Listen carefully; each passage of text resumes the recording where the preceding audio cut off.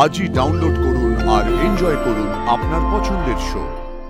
একজন নাগরিকের অধিকার কেড়ে নিচ্ছে, এটাতেও মানবাধিকার লঙ্ঘন হয়।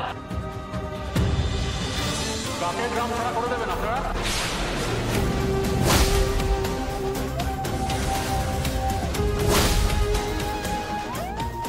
চলো বলুন, কাকে গ্রাম ছাড়া করবেন আপনারা?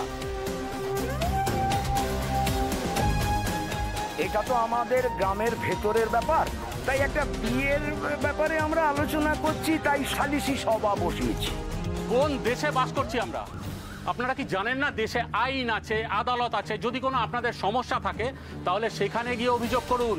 এরকম নিজেদের মধ্যে সালিশি বসিয়ে কাউকে গ্রাম থেকে বের করে দেবেন, এটা হয় না। আগে এমনটাই আমাদের গ্রামের নিয়ম। কোনো নিয়ম যদি ভুল হয় তাহলে সেটা শুধরে নিন। আর আপনারা যেটা করছেন সেটা শুধু ভুল নয়, সেটা অপরাধ। দেশ স্বাধীন হয়েছে ৭৮ বছর হয়ে গেছে, আর আপনারা এখনো সেই অন্ধকারে পড়ে আছেন।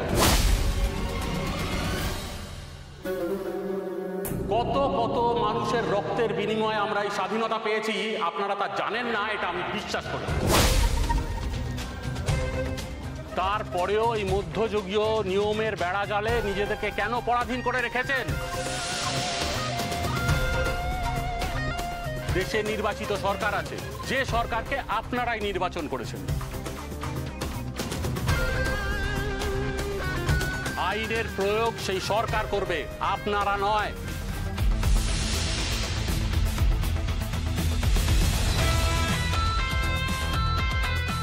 আর যদি সেটা করতে চান তাহলে সেটা আইনের চোখে দণ্ডনীয় অপরাধ।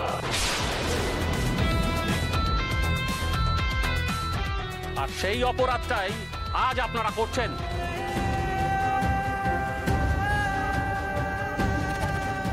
একজন নাগরিকের অধিকার কেড়ে নিচ্ছে, এটাতেও মানবাধিকার লঙ্ঘন হয়। আর কিসের সালিশি হচ্ছে বলুন তো একবার?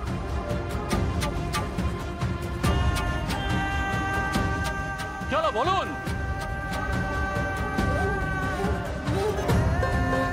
স্যার স্যার আমি কথা দিচ্ছি, আমাদের ভুল হয়ে গেছে।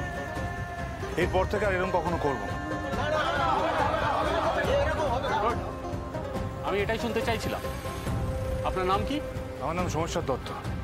আপনাকে দায়িত্ব দিয়ে গেলাম, এখানে যদি আবার কোনো এরকম বেআইনি সালিশি সভা বসে বা কোনো নাগরিকের অধিকার কেড়ে নেওয়া হয় তাহলে আপনি সোজা থানায় খবর দেবেন। পুলিশ এসে যারা এই কাজের সাথে যুক্ত তাদের প্রত্যেককে তুলে নিয়ে গিয়ে পুলিশ কোর্টে চালান করে দেবে।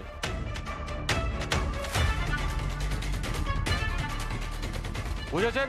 মনে থাকবে।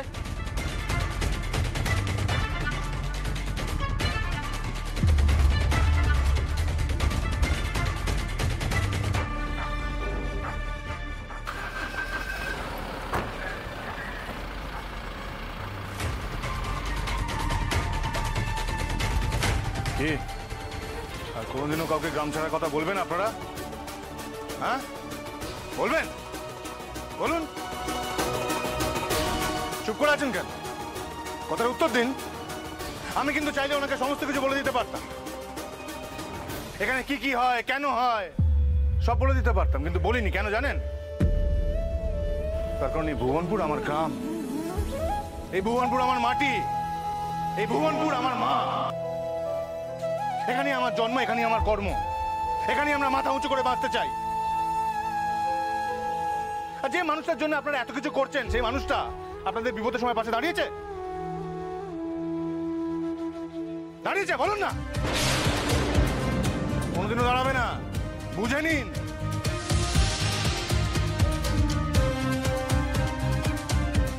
দেখুন কি করবেন, বাকিটা আপনাদের ব্যাপার, বিচার করুন।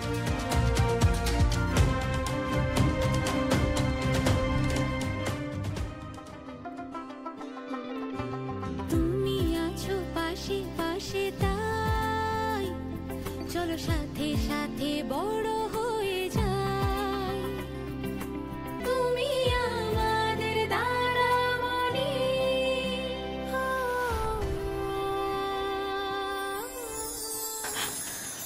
পার্বতী, আজ আজ তুমি যা করেছো সেটা তুমি ছাড়া সত্যি অসম্ভব ছিল। আজ তুমি নিজের পরিবারের বিরুদ্ধে গিয়ে আমাদের পরিবারের পাশে দাঁড়িয়েছো। আমার কাছে তোমাকে ধন্যবাদ জানানোর কোনো ভাষা নেই, সত্যি বলছি পার্বতী। ধন্যবাদ দিয়ে আমাকে দূরে ঠেলে দিও না রত্না। আর আমি কিচ্ছু করিনি, আমি শুধু মেয়ে হয়ে আর একটা মেয়ের পাশে দাঁড়িয়েছি।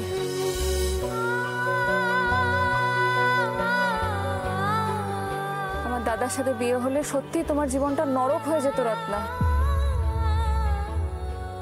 পার্বতীদি, তুমি আর দেরি করো না গো।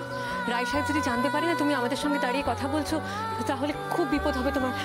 তুমি চলে যাও, চলে যাও। হ্যাঁ, বাবা এমনিতেও আমার বাড়ি থেকে বেরোনো বন্ধ করে রেখেছে। আমি আসি। হ্যাঁ, তোমরা সবাই সাবধানে থেকো। তোমায় যে কি বলে ধন্যবাদ জানাই পার্বতী। তুমি যা করেছো তার জন্য তোমার ঋণ আমি এ জীবনেও শোধ করতে পারবো না।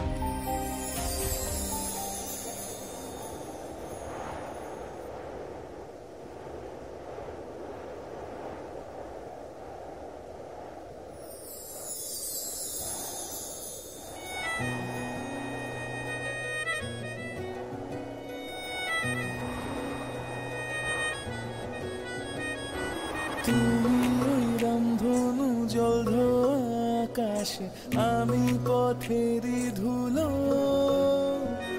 তোমারই জন্যে স্বপ্নের রাজকন্যে বেঁধেছি বাসা মনের জানলায়। তোমারই জন্যে স্বপ্নের রাজকন্যে বেঁধেছি বাসা মনে অবেলায়। তুমি যে আমার প্রাণের পার্বতী, তোমার আলোয় ফুটবে মুখে সুমেরি জ্যোতি। তুমি আমার চাঁদ গতির গতি, তোমার আলোয় ফুটবে মুখে সুমেরি জ্যোতি।